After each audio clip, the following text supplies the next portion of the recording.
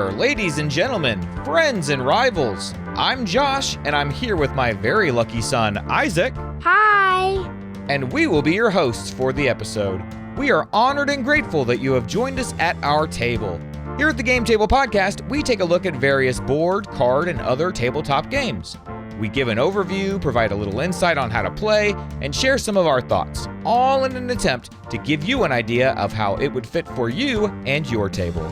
Today, we are looking at Flip 7, designed by Eric Olson, artwork by O'Neill Mabel, and published by the OP Games, or perhaps the OP Games. Flip 7 is the self-proclaimed best card game of all time. You press your luck as you race to be the first to score 200 points. Just make sure you don't bust.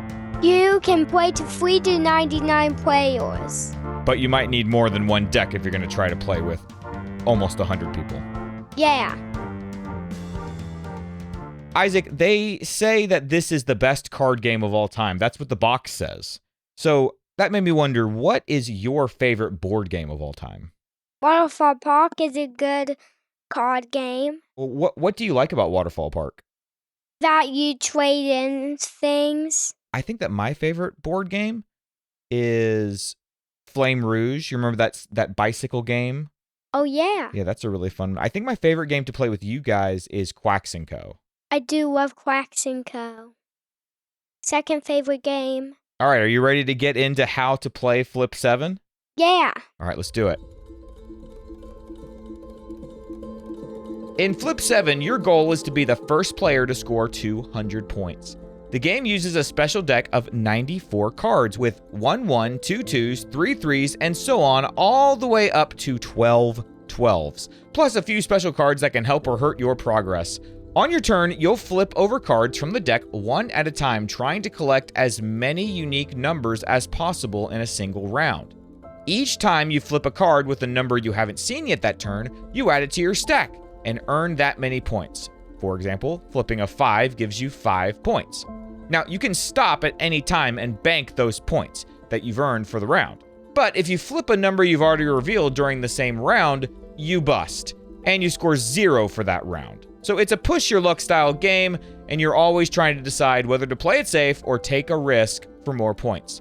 Now, some cards in the deck have special effects. They might save you from busting, give you more points, or make a player have to draw 3 cards in a row. These can add a twist to your strategy and help you catch up or pull ahead. Play continues clockwise, and players take turns flipping until someone reaches 200 total points and wins the game of Flip 7. Isaac, we have played quite a bit of Flip 7. What is it about this game that you find so fun? My favorite thing about Flip 7 is the 12 cards. Yeah, there are 12 cards in the deck. So you get that 12 and you get a lot of points, but you know that there are going to be 12 other, or 11 now at that point, there will be 11 other 12s in the deck somewhere. So you have to be careful that you don't flip those and then you lose all your points, right? Yeah. But one of the tricky things too is that after the first round, those cards go into a discard pile. You don't just reshuffle them all into the deck. So if maybe 3 or 4 12s came out that first round, well, now you know there's only 8 or so left in the whole deck. So it's less risky to get a 12 again as the rounds go on. What is your strategy for this game, Isaac? My strategy was to try to get a second chance card, and when I run out, I will stay. Yeah, today you had 2 second chance cards. Yeah. And you still didn't end up getting all 7 cards, right? Yeah. Yeah, it's tough getting up to 7 cards. I didn't say in the how to play at the beginning that you get 15 points and the round immediately ends if somebody gets up to 7 cards. And the special effect cards don't count. It's just actually the number cards that count towards your total. I think of all the times we've played, which we've played quite a bit, I don't think anybody has reached 7 cards yet. It's definitely tough to do that. Yeah. Are you more likely when you play this game to play it risky and just keep hitting, or are you more likely to play it safe and bank your cards quicker? I like to play it safe.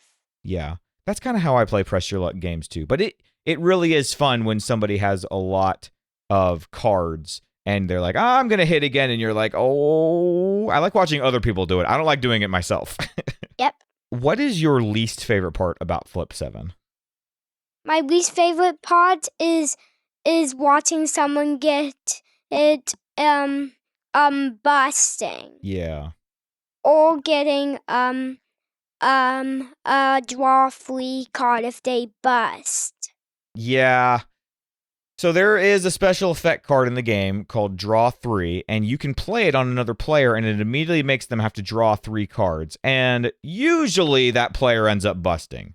But that's kind of what can make it fun, because if they don't bust, it's like, oh, no way, look at that. And now they're really close to getting that 7. But yeah, it is tough. I would say that's my least favorite thing about the game too, Isaac, is that, like, for example, when we were playing today with your little brother Elliot, he got an 8 on the first turn, and then, he says hit, and then he gets an 8 again, and all of a sudden he's out of the round. Yeah, and then he got 28. Yeah, he had 28 for basically the whole game. And then I gave him a bunch of bonus ones. I had 107, and I gave him 108. Yes. So we played to 100 today, which that is something I will note for everybody watching or listening at home, is that the game plays up to 200 points. We normally play up to about 100. I think that, especially if you're playing with younger kids, that's sort of the limit for the attention span. But I can see this game being fun with 200 points if you're playing with an older set.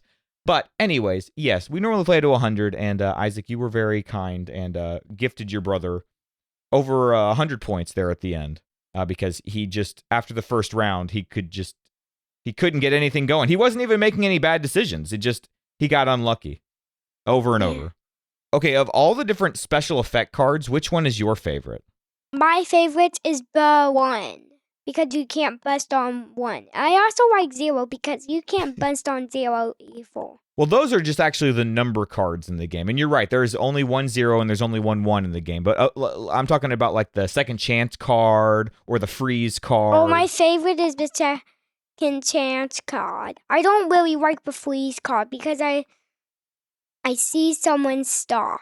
But this time it was really helpful. Yeah, the freeze card can be... that's true. The freeze card did help you this game because Elliot froze me and then you ended up winning before you gifted your brother all those points and declared him the winner. That is true. But yeah, the second chance card is the best because it basically means you can play as risky as you want because you know that if you get the same number again, you can just trade in that second chance card and you get to keep going. If you could make your own special card for the game, Isaac, what would you like it to do? I would like to make it a go again card. Oh, a go again card? How is that different than a second chance card? It makes you draw another card. Oh, I see what you're saying, like a draw another card. Yeah. Oh, okay. Interesting. Maybe it could be a thing where you got to draw a card, and if it made you bust, you could just get rid of it. Mm-hmm. That could be interesting. How do you feel when you bust in this game, Isaac? Sad. Yeah. I don't mind so much when I bust, but it is kind of sad seeing you guys bust. Mm-hmm. Elliot was very disappointed today when he was busting. Yeah. Isaac, let's talk more about the strategy of this game. When you are playing this game, do you just kind of focus on what you're doing, or do you watch the other players and what they're doing as well? I watch the players. How does that help you? I just like seeing what they get. Yeah, because whatever numbers they're getting are numbers that are no longer in the deck, right? Mm-hmm. You just want to keep seeing those 12s come out. Who is the best Flip 7 player in our family? I would say you are. Oh, really? Yeah. Well, thank you. You're really good. Thank you. You're really good, too. Yeah. I think you are 215. Uh-huh. And I am 214. I'm almost catching up with you. Now, when we've played this game with a lot of people, I remember when Mr. Jared's kids came over and they played with us. Do you like playing the game more with a lot of people or just when it's me and you and Elliot playing? I like playing with more people. Why is it more fun with more people? Because I get to watch more players. It is a really fun game. Would you think about this as more of a strategy game or a party game? A party game. Why is that? Because it can go up to a bunch of players. Yeah. Do you think this game would be fun if you actually tried to play with 99 players? Yeah, it would be really fun. What would be more fun about that? Then I could see a bunch of players play. Yeah. It would take a long time to get back to your turn, though, wouldn't it? Yeah. Yeah. It'd be hard to keep track of how many of each number was being used, too. Yeah, I would have to get like 7. I would have to get more seats of paper. You would, yeah. Isaac likes to keep track of the score and stuff. You'd have Yeah. to keep track of what numbers had come out, too. That'd be interesting. Yeah. When your friends came over and we all played, I just decided to be the dealer and just deal out the cards so that you guys could play. Do you like it better when Daddy just plays as the dealer, or do you like when I play too and I deal out? I like when you play too and deal out. Okay. I would say the game definitely goes faster when Daddy is just dealing out to you guys. But it is fun to play too. One of my other favorite parts is that when you get 7 cards, you get 15 extra points and the round immediately ends. Yeah. And that's tough to do, isn't it? Yeah. This game on the box says that it is the best card game of all time. Do you think this is the best card game of all time, Isaac? No, Waterfall Park is way better. Well, Waterfall Park does have cards, but it's really a board game. It comes with a board and you put stuff out. Card games are games that don't really have a board. They just have the cards. You know what I mean? So like when you like to play Super Mario Uno, that's a card game. Yeah. I guess. Yeah, my favorite is Super Mario Uno, my favorite card game. Okay, so Flip 7 is not the best card game of all time? For me. Right, for you. Well, how would you rank this game, Isaac? Would you give it 0 thumbs up, thumbs down, 1 thumb up, or 2 thumbs up? I would say 2 thumbs up. 2 thumbs up. Wow, so you really like this game. I mean 1 thumb up. Oh, 1 thumb up. Okay. Because Super Mario Uno is 2 thumbs up. Super Mario Uno is a fun game. Yeah. Especially when we play it the Isaac remix version. I would give this game 1 thumb up too, but I will say that of all the games like this that you can play with 5 and a 4-year-old, this one is right up there. So I would say that with kids, I'll give it a 2 thumbs up. But if this was just a game I was playing with friends that are grown-ups, I might give it a 1 thumb up. It's definitely a lot of fun, but there are times where people just get very unlucky.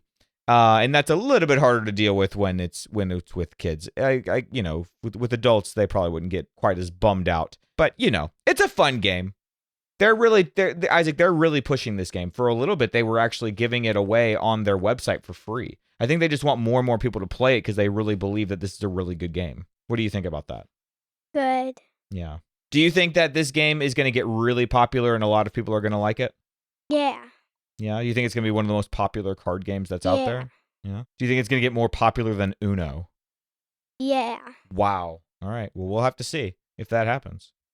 All right. Any other thoughts before we get going? No, not really. Do you have any questions, Daddy?